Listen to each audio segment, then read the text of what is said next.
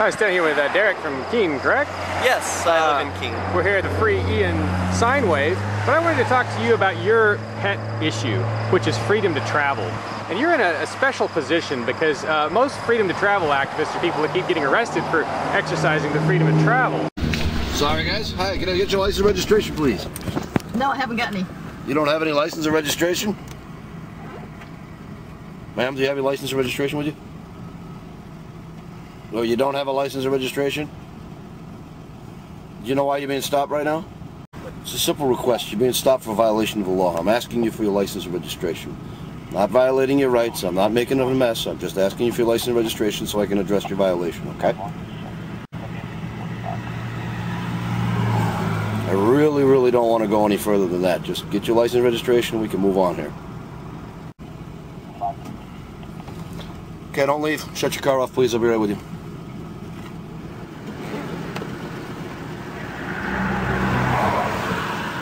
But you actually care about it even though you currently do not drive. You're a bike rider. That's correct. I ride my bike everywhere. I've been biking for about 2 years now as my sole means of transportation. But I do think that freedom to travel is an important issue because I feel like travel would happen much differently than it does today if we lived in a free market. Just a few examples, I think there would be more taxi services and fewer people owning cars themselves. There would be the ability to carpool. There are already websites where you can plan trips online so you can carpool with others.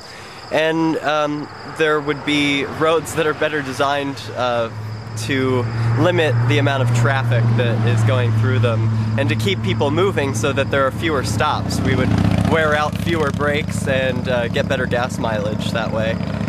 Can you think of a solution to this issue that would address both the government's concerns and the people's concerns? It could kind of be a win-win solution for both sides? Well, the win-win is to take personal responsibility for your driving and your means of transportation. So you own yourself, and so if you own yourself, then you can, of course, own the property of a vehicle.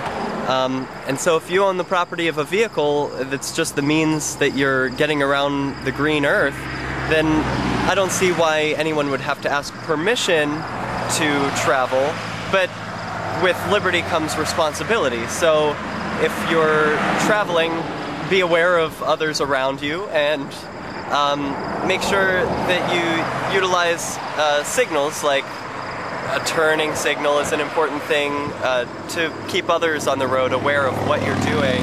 And even bikers use traffic signals. Some of them. I encourage it. And we have a special guest today. We actually had an activist, Lauren Canario, arrested, I guess it was about 3 years ago, you know, for driving without a license. And of course it's become, I think it's happened to other folks since then. Hers got a lot of attention because it was maybe the first of its kind here in New Hampshire with our activists.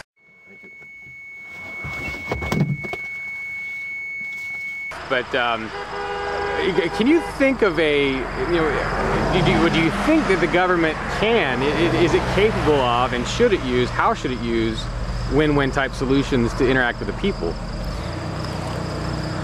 So a win-win for the government, what I see the government wanting, the folks who call themselves the government, is they want to make sure that they keep the roads safe, right? The best of them. That's what they say. Yeah. They want to make sure that there are very few accidents that are going to make them look bad. That's why they forced us onto this small area that we were allowed to protest right in front of all these turning cars. Well, hypocrisy is rampant in the folks who call themselves government, but I don't think that changes the fact that most people see them as a protective force, and so they want to keep up that image, and they want to show that they're doing their best to keep people safe. So if people just show them that taking personal responsibility for driving safely will limit the number of accidents, then they're unnecessary, really, and they can use their time to do more effective things like keeping real criminals in jail. Yeah. And further, if you do own yourself, then you really don't need to ask permission to use your own property to get around the world safely. So long as you're not infringing on anyone else. I wouldn't recommend driving through private property unless you have permission from the property owner. And that's one way it could work with the free market roads.